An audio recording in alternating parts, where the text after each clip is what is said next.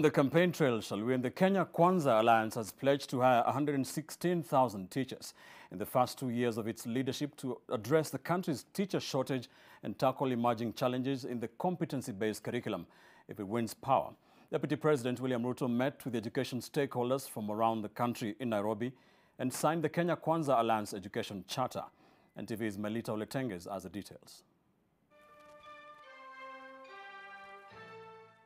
After months of consultations and research with the education stakeholders, Deputy President William Ruto signed the Kenya Kwanza Alliance Education Charter, a raft of proposals outlining the need to improve education in primary, secondary and tertiary institutions.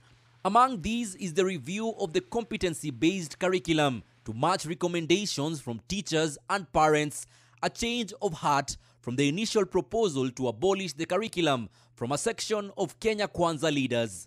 The issues that have been identified by teachers, by parents, by students and other stakeholders can be subjected to a robust public conversation so that we can finally have a conversation that will lead us to ironing out the areas that are in contestation.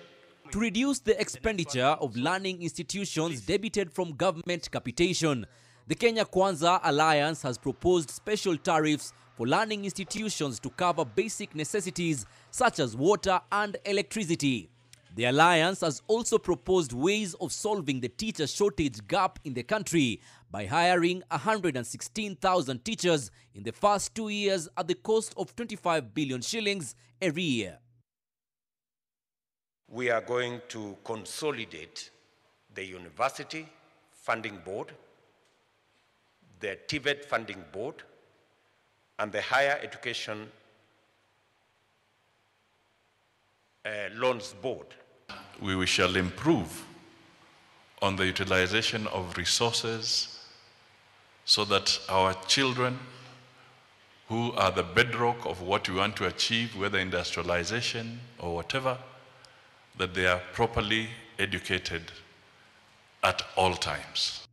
Egerton University is one of the institutions heavily impacted by a cash crunch with a debt of 7 billion shillings and employees surviving on half and delayed salaries, threatening the institution's operations and driving it to the edge.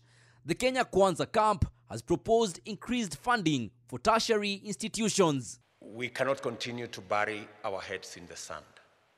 We have a crisis in our universities, and we have our crisis in our TVET institutions, which we must deal with. And the crisis is the underfunding of these institutions. Since the university doesn't have the money, you pay 57% of salaries as is being done in Egerton, and somebody who has been paid half his salary, if you expect them to deploy their whole skill there, is expecting too much. The signed education charter between the Kenya Kwanza Alliance and stakeholders in the education sector will now be incorporated in the Kenya Kwanza Alliance manifesto, even as Deputy President William Ruto insists he won't give the different stakeholders the short end of the stick. Melita Oletenges, NTV, Nairobi.